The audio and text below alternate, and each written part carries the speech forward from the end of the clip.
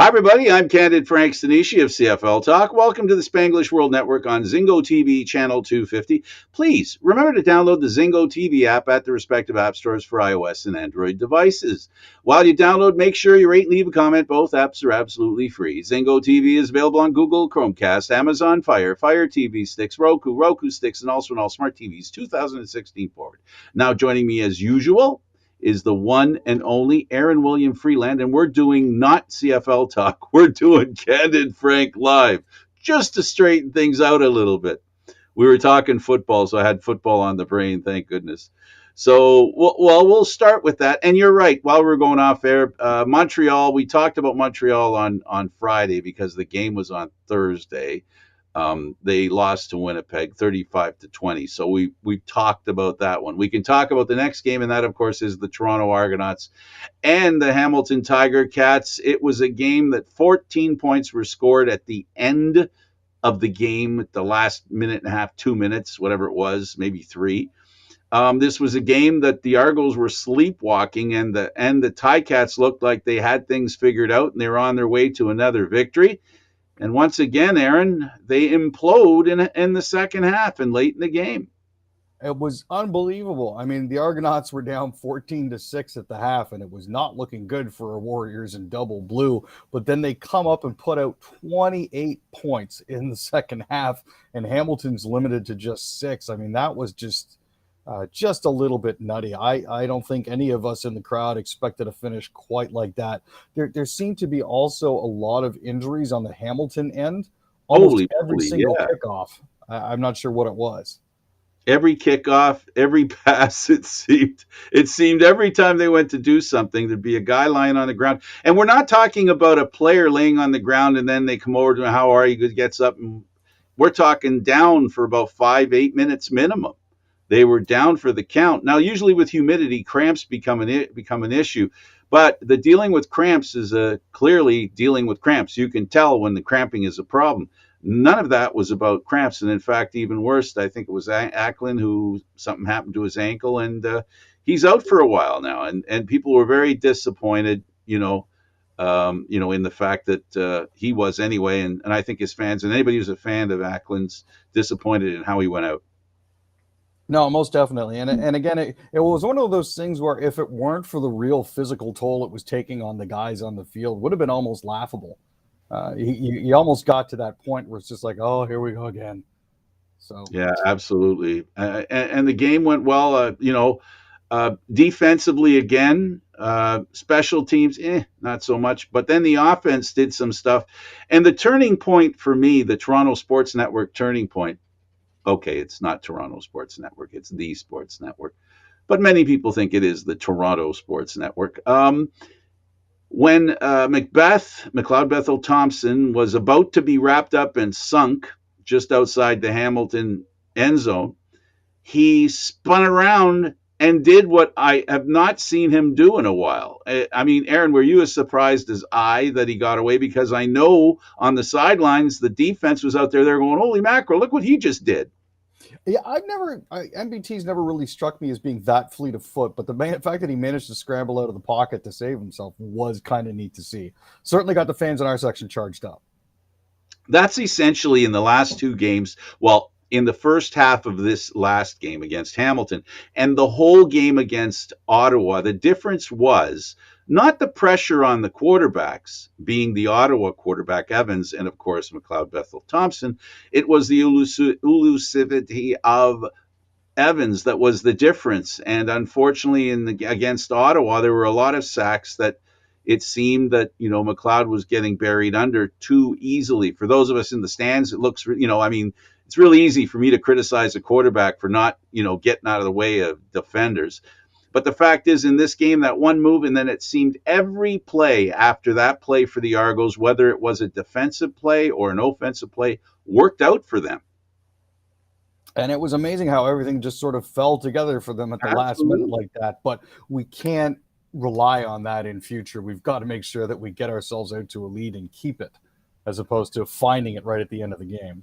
So the Argos win 34-20 over Hamilton. And here's the deal. If you did not go to the game, you do not know how insane it was to get around the exhibition, Ontario Place, uh, Lake Shore, British Columbia Avenue, Saskatchewan Avenue. All those roads around the exhibition were toast. They did not exist. I drove around an hour after I got onto Lakeshore and British Columbia Road. It was terrible.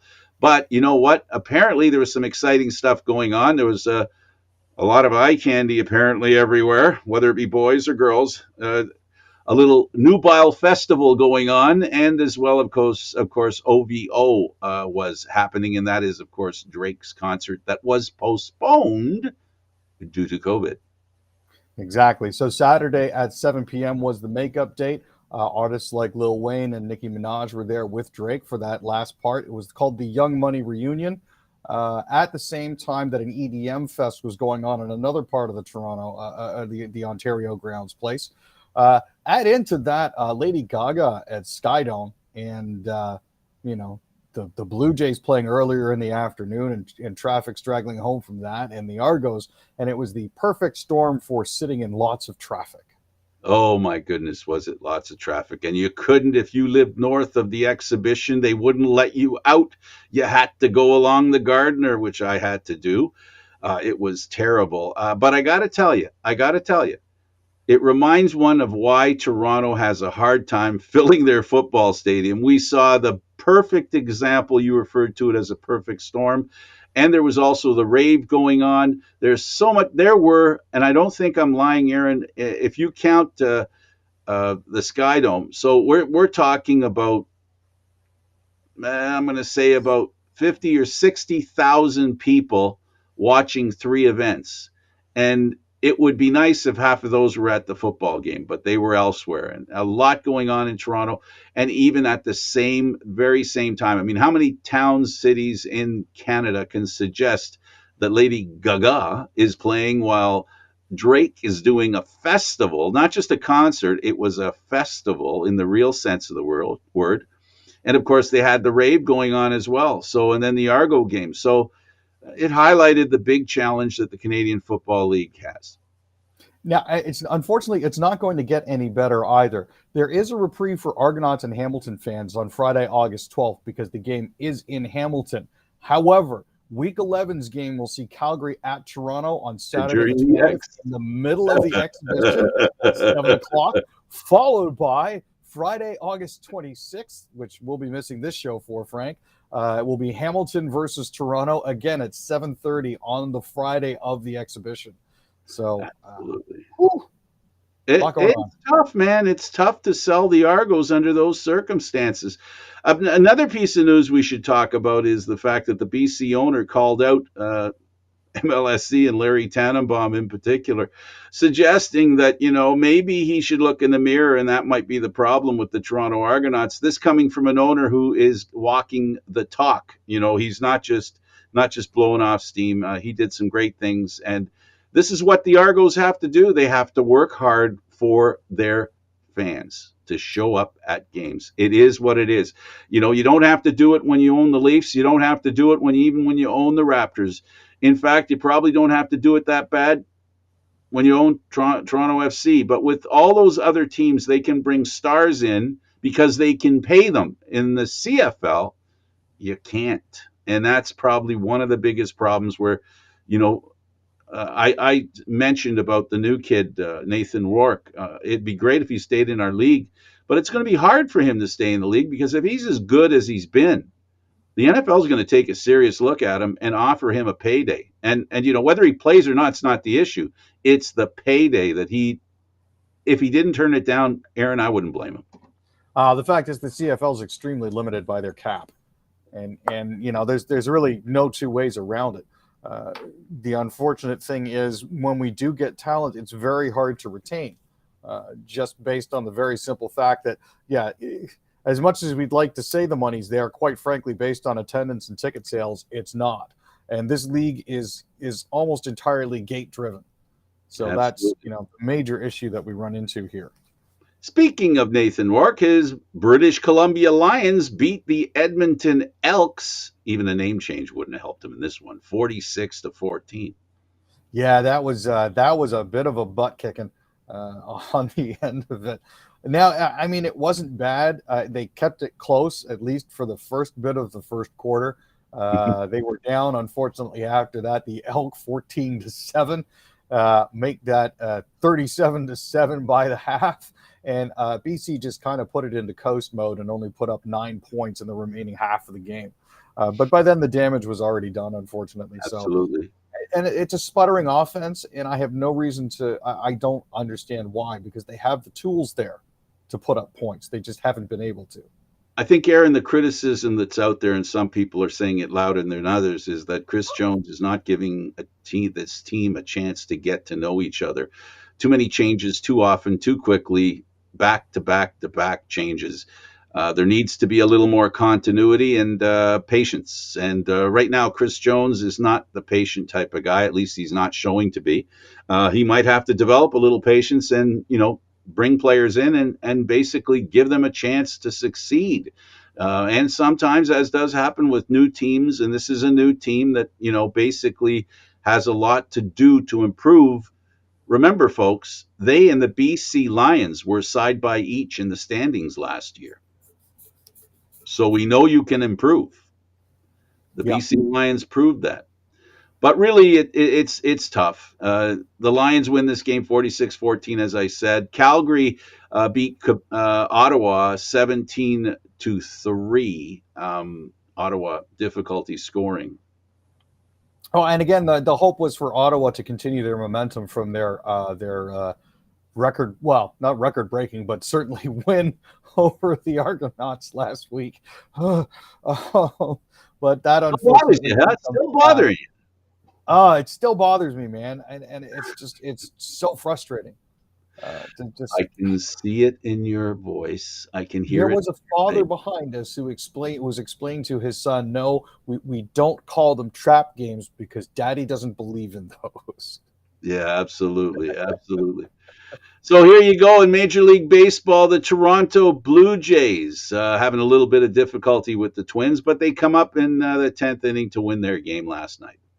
This was a bit of a controversial call. Kevin Biggio hit a sac fly in the 10th inning. Whit Merrifield came around to score. Now, he was originally called out at the plate, but the Jays appealed, and on review, the call was reversed because it was determined that Twins catcher Gary Sanchez was deemed to have interfered with Merrifield because he blocked the plate. Now, this is one of those calls that doesn't often get made, but when interviewed after the game, Merrifield said, look, I was going to go for that anyways and drive the plate. If the call gets made, the call gets made. If it doesn't, we can still find a way to win. Well, in the good old days, if that was Pete Rose, he'd go right through the catcher. Yep, exactly. Drop the shoulder and just keep going. Ball and everything would leave the home plate. Yep. Hockey Canada has some news for us. It comes from the board chair. Yeah, so Michael Brindamore has stepped down as the board chair of Hockey Canada. This is one of those ongoing situations where I would prefer not to have to talk about them anymore. But unfortunately, they are still in the news because they still haven't corrected the issues that got them in the news in the first place. But according to Michael, he said, I've listened carefully and intently to the comments of Canadians about the culture of our sport and our organization and about our actions and leadership. I understand the actions we have taken in recent weeks are part of the solution. My final term ends in November. I know there's no need to wait for a new era. Immediate action is essential to address the important challenges facing our organizations and our sport, which our action plan works to accomplishment. I would not be able to see this renewal through. Now, there are these changes that are going on here. I think they're in hopes of Hockey Canada making enough of an impression that they can get the federal taps to open again, because that's a valuable source of funding that has been cut off for them, and especially with the juniors coming up. And sorry to interrupt you, Aaron, and the sponsors, not just the government. This is true. TD, Tim Hortons, Bauer have all said that they're not going to fund them until this is resolved. So by stepping back, they're hoping that this will signal change for them. And again, like I mentioned, with the juniors coming up shortly, this is another opportunity for them to try to get back on good stand. Aaron, unfortunately, this does not look good on Hockey Canada. Now, here's why I think it doesn't look good to them or on them. They waited till everybody told them to get lost to do it. They Mhm. should have been in front of this, but they were really behind it. And by behind it, I don't mean in support of it. They were as far as the caboose is in a train. They were at the end of this train. They should have been in the front when this all happened. They should have all done what needed to be done and not wait to this extent where really they've lost a lot of face because a lot of companies made a lot of decisions along with the government. Those decisions now will not be easily, you know, they can't, they're going to have to work two, three, four, five, 10 times as hard to convince everybody that they're serious because of the lack of seriousness that they showed. So shame on them for taking this long. Yeah, all right. The board chair steps down. Should have happened a long time ago. Here's Yeah. another issue with hockey, and this is sometimes the situation we always talk about in hockey, where we have violence in hockey.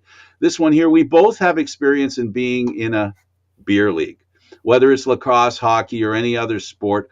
You know, we're not playing for money, but it seems at times you'd think that somebody was trying out for an NHL team, and we had one of those moments here. Please describe for us. The incident is horrifying, and jail time should be in the offing, in my opinion. Now, this happened, ironically enough, in the Adult Safe Hockey League in Burnaby, BC. Uh, it happened on July 29th. The RCMP were informed of this incident approximately 4 days after it happened. As sometimes happens in beer leagues games, things got heated. People took liberties, and unfortunately, there was a player who was down, no longer wearing a helmet and a face shield, and he was being pulled away from this scrum. Now, while he was being pulled away, a second player, also being held by a referee, kicked him in the face. So With this is, skate, with yeah, his skate. it medical treatment was required. The offending player was immediately issued a match penalty, ejected from the game, and has been suspended indefinitely while supplemental discipline is considered by the league. And now, the thing is, this is something that the AHL has been doing for years. There are about 65 to 70,000 participants strong. Incidents like this are incredibly rare and few and far between. We want everybody to understand that the actions being taken here um, are AHL's best response to this sort of thing. And they're very harsh when it comes to that sort of thing. I had teammates that got suspended for far less. So they're guaranteed they'll be taking this very seriously. And Bye the footage bye, has been passed to the RCMP. So, bye moment, and maybe some time in jail because, well, I don't that's think we assault. have to. The act itself is just horrifying. It's just unbelievable, and hopefully, whatever the injury was, I hope it's fully recoverable for the person who was hit. And here's the thing: not you don't blame the victim, Aaron. We don't like to do that, but No, we do wonder about how to what extent people take actions that they shouldn't. In other words, maybe just not this person who did the kicking should be removed. As I think, just because the person was kicked, if they did something that the league doesn't appreciate, like you said, people have been ejected for less, right? So what this person did could have risen to that, and others on the ice. So hopefully they'll do whatever it takes to ensure that when we go to play recreation hockey, because most of us are adult and should be old enough to know better, to be able to go out there and have fun and not worry about stuff like this. This is tantamount to road rage, essentially. I attribute it to the same mentality with road rage. No but room. again, it's supposed to be a safe hockey league. You shouldn't be doing that. Absolutely. So, Non-contact. When they say safe, they mean non-contact. yeah, because everybody's got to work on the Monday, man. Like, come on. Absolutely. Absolutely. So this guy shouldn't be a part of that league ever again. Nope. And that should be the lesson that he or she, we didn't discuss what the sex was, but I'm assuming. Anyway, let's talk about the Oilers. The Edmonton Oilers signed forward Tyler Benson to a 1-year extension.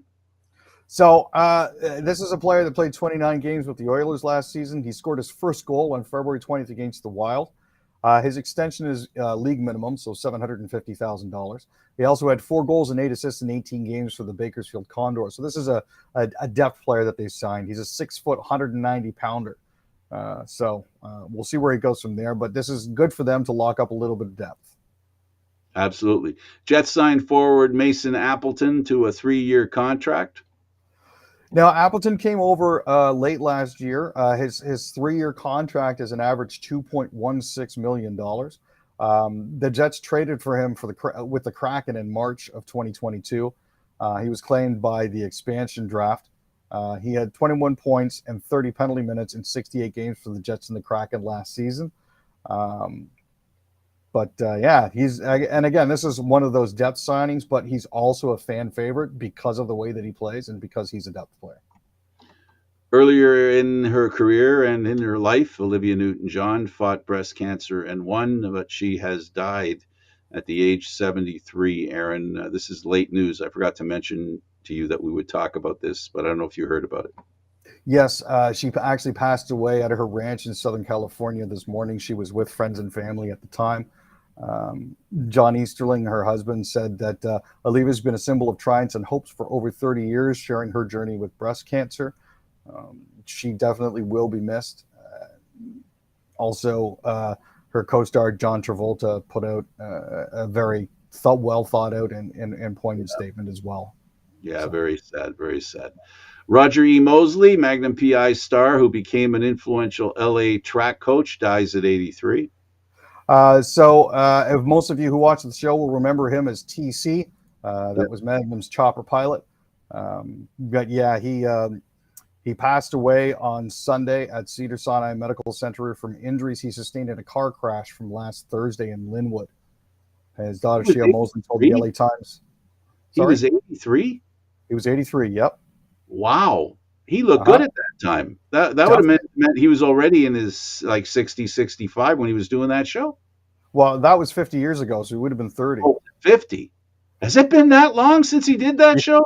Oh, Magnum was the 80s, my brother. Whoa! That was 40 years ago. Whoa! Oh, man, I'm old. Holy crap. Unbelievable. So that mustache really goes, from that to Friends. And I'm talking about Magnum himself.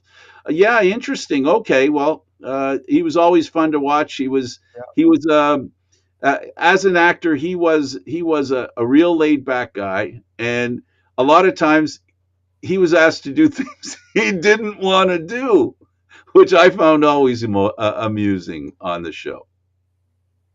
But he was a loyal friend, as they all were in the program. Let's talk about travel. More than half of Pearson flights still delayed. No timeline for normal operations, apparently. Yeah, unfortunately, only 44% of flights were on time over the last week. However, that is an improvement from the average of 35% of flights on time over the past month. So they are still working to improve on that. Pearson is continuing to work to expand capacity to make sure that everything else is on time. There is unfortunately no timeline for this sort of thing as to when it'll actually be resolved. Real quick, we got a minute, Aaron. Can electric car batteries be recycled? Well, just like a mobile phone, electrical vehicles have lithium-ion batteries. The problem is they're a danger to the environment. So, recycling them is important, but the problem is it's not cheap, it's not efficient, and it's not quick. So the answer is yes, but. The answer is Thanks, Aaron, for this. Fantastic. Thank you, Frank. Thank you, Aaron. For Aaron William Freeland, I'm Candid Frank Stanisci. Thank you for watching Candid Frank Live, Aaron, Mondays, Wednesdays, and Fridays at 6 p.m. Eastern Standard Time. This show can also be heard on the Spanglish World Radio Network. For Candid Frank Live, other news, entertainment, and sports programming we offer, please check out SpanglishWorld.ca. Spanglish World. Watch it, hear it, read it, download it, and live it. Thanks for watching, everybody. Ciao for now.